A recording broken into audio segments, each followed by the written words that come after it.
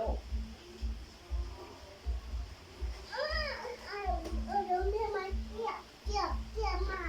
ไหนอ๋อ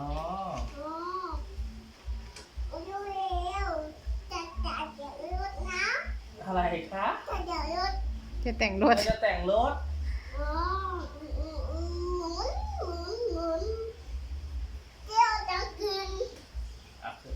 คืนเหยียบอันนี้ อ้าวมันเป็นบล็อกคนซ่อนเด็กดีน่ะ มันชนอะไรวะน่ะมันไปไม่ได้ไปไม่เนี่ยชนอะไรวะเนี่ย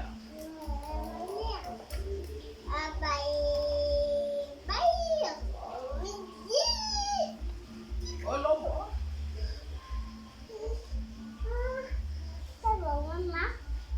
อะไรนะคะ อะไรนะ โป่งมันนัก เอ้า โป่งอยู่ไหน ไอ้โป่งอยู่ไหน มันนักโป่งใช่ไหมลูก อ๋อ มันเลยปั่นไปไม่ไหว โอ้ โอ้โหเอา เอาโป่งออกแล้วมั้งเอา เอาโป่งออกอ่ะเหรออ้ำไปปั่นจักรยานเอ้าไหนบอกว่ามันหนักเมื่อกี้มันหนักไหม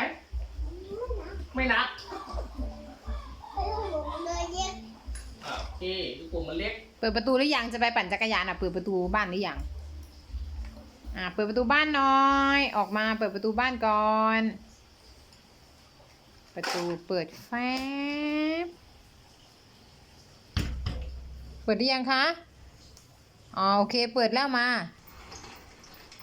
โอเคไปปั่นจักรยานได้มีคุณมาให้กำลังใจพี่ออมใช่ไหมครับใช่ไหมครับมีคุณ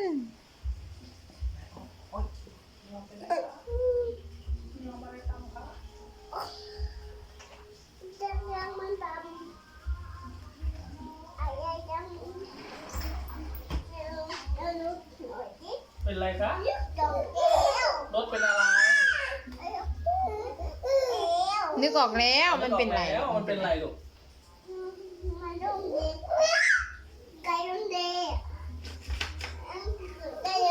เอาคือได้เลย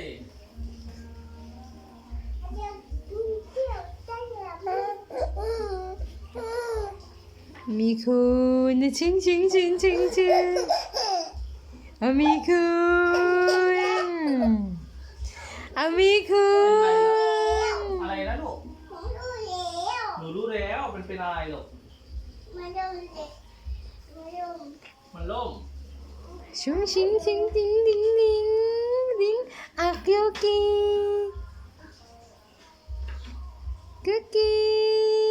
ผมมาดูพี่ออมปั่นจักรยานครับพี่ออมครับ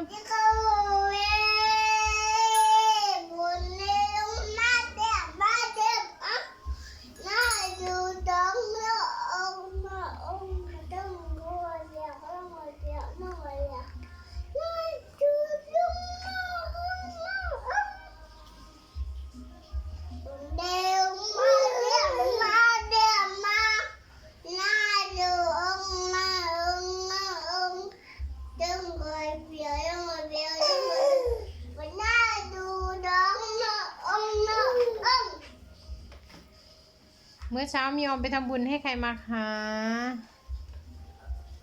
ยอมไปไหนมาทำบุญให้ใครทวดตีไปวัดอะไรลูกไปวัดโนนกุม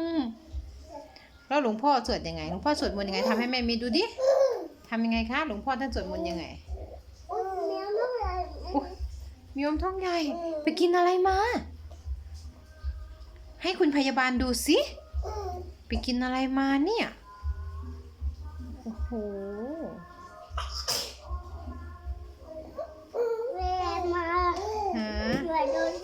ไปตรวจดูดิไปพอออฟดูดิไปตรวจดูดิไปกินอะไรมาเนี่ย ไหน ส งสัยมีแตงโมอยู่ในท้อง1 ลูก โอ้ยอมกินอะไรมาคะ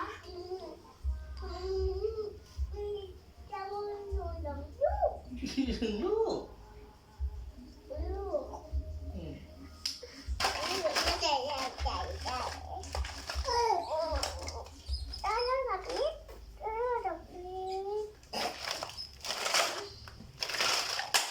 มีออม โอ้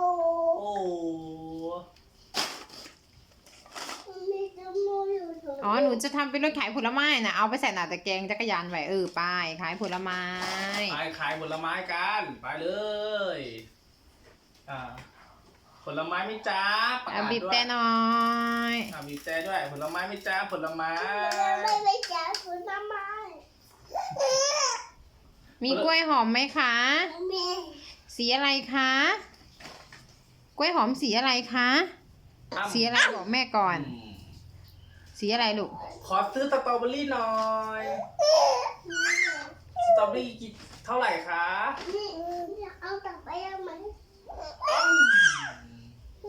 อ้ำ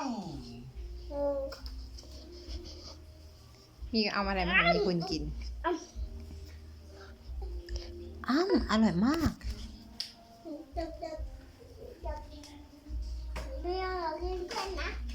ยอมจะกินกล้วยเหรอก ล้วยสีอะไรคะบอกแม่ดิ กล้วยสีอะไร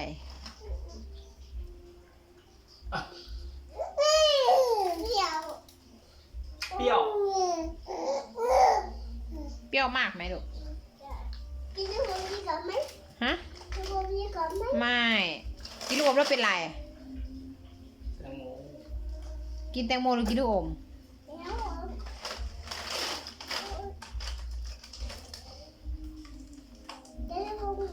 มันมีอะไรด้วยผลไม้หนูนะมันมีอะไรด้วย มีมะนาว มีอะไรอีกคะ มีอะไรด้วยบอกแม่ดิ มีกล้วย แล้วมีอะไรอีกคะ สาลี่ แล้วมีอะไรอีกคะ อะไรลูก กล้วยหอม อันนั้นอะไรล่ะ ส้ม มีอะไรอีก มีตารอบตัวน่ะมันคืออะไร มีตารอบตัวมันคืออะไรบอกแม่ดิ สับปะรด สับปะรดมันเปรี้ยวหรือมันหวานคะ กินแล้วเป็นยังไงคะ เอาตกลงมันเปรี้ยวหรือมันหวานสับปะรดน่ะ มันหวาน มันหวานหรือมันเปรี้ยว มันเปรี้ยวหรือมันหวาน เออ มันเปรี้ยวทำยังไงล่ะ เปรี้ยวยังไงเวลากินแล้วมันเปรี้ยวยังไง ทำไงล่ะ ใส่หัว มีเอาหัวเราะเชิญหน่อยสิหัวเราะลองหายดิลองหายยังไงทำมือด้วยหัวเราะใหม่หัวเราะใหม่โอ้ยปั่นจักรยานได้ด้วยไปว้าวเทกระจาดเลย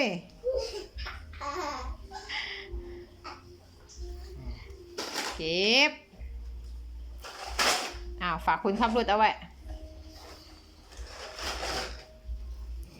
พ่อนี่ไม่รู้เรื่องเลยเนาะมีออมเนาะไม่จับให้ลูกเลยเนาะปล่อยมันตกทำไมเนาะที่หลังต้องจับไว้ให้ลูกด้วยนะอย่าให้มันล่วงลงนะเดี๋ยวมันจะแตกบอกพ่อสิรู้นะจ๊ะเดี๋ยวหม่อมจะเก็บไว้อย่างดีเลยนะจ๊ะ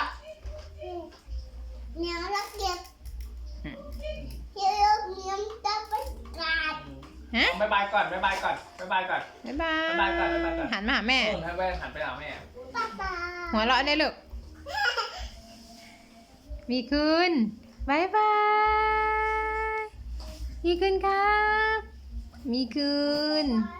มีคืนครับโอ้สวัสดีครับสวัสดีครับ